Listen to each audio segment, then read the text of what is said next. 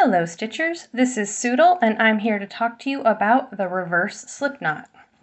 We all know the traditional slip knot where you have a knot that you can adjust. It's great for starting out when you're crocheting a straight row. You pull on the yarn that's attached to your skein, also known as your working yarn, to adjust the size of that loop. And that's fantastic for a straight row. But when you're starting out a crochet piece in the round, there are a lot of different techniques that try to avoid leaving a hole in the middle, and I want to show you the reverse slip knot. It's basically a regular slip knot, except instead of starting with the tail on the right and the working yarn on the left, you just reverse it. So the tail is on the left and the working yarn is on the right. And you're going to make a slip knot just like you always do. Or for those of you that like the pretzel method, with your hook.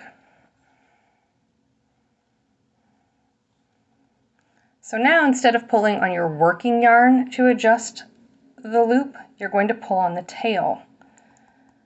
So the reason that's important is because it lets you tighten up this knot easily after you've already made your foundation ring for working in the round.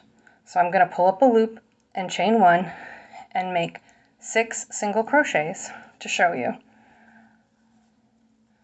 The benefits of the reverse slip knot for starting in the round are, first of all, you don't have a hole in the middle of your project. It's easy, it's not bulky, and it doesn't slip or loosen up over time. 2, 3, 4,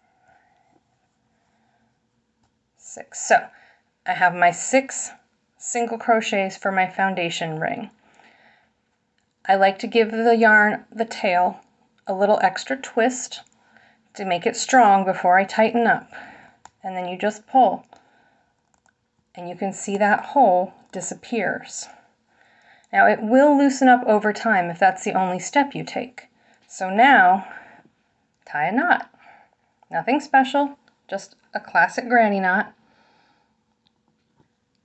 Don't tie it too tight because you still need to be able to work with the loop that's on your hook. Okay, so we had a reverse slip knot, pulled up a loop, chained one, 6 single crochets, tied a knot, and now I'm going to slip stitch to join for working in the round. It's always a little tight there at the beginning of the row.